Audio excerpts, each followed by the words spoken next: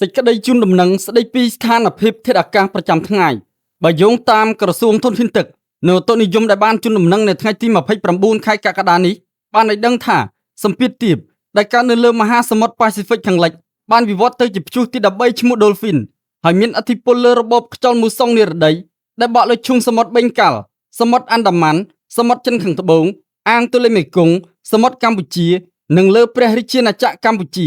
ដែលស្ថានភាពបែបនេះនឹងធ្វើធាតុអាកាសចាប់ពីថ្ងៃទី29ដល់ទី31ខែកក្កដាឆ្នាំ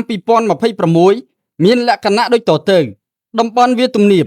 រួមមានខេត្តបន្ទាយមានជ័យបាត់ដំបងពោធិ៍សាត់កំពង់ឆ្នាំងសៀមរាបកំពង់ធំកំពង់ចាមត្បូងឃ្មុំព្រៃវែងស្វាយរៀងតាកែវកណ្ដាលនិងភ្នំពេញ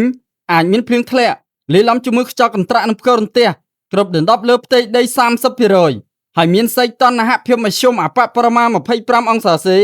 និងសីតុណ្ហភាពមធ្យមអតិបរមា36អង្សាសេខ្យល់បក់ពីទិសនិរតីនិងបស្ចិមមានល្បឿនមធ្យម3ម៉ែត្រក្នុង1វិនាទីតំបន់ខ្ពង់រាបរួមមានខេត្តកំពង់ស្ពឺ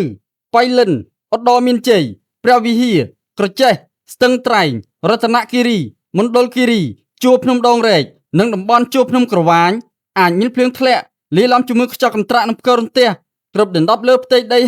50% ហើយមានសីតុណ្ហភាពមធ្យមអបបរមា24អង្សាសេនិងសីតុណ្ហភាពមធ្យមអតិបរមា35អង្សាសេ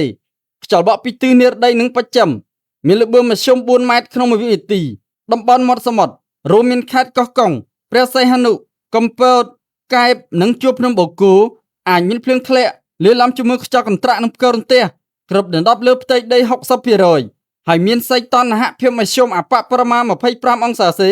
និងសីតុណ្ហភាពមធ្យមអតិបរមា35អង្សាសេខ្យល់បក់ពីទិសនិរតីនិងអាគ្នេយ៍មានល្បឿនមធ្យម2ម៉ែត្រក្នុង1វិនាទី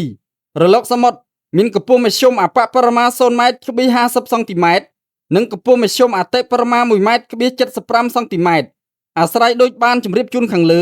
សូមសាធារណជនទទួលជ្រាបជាព័ត៌មាន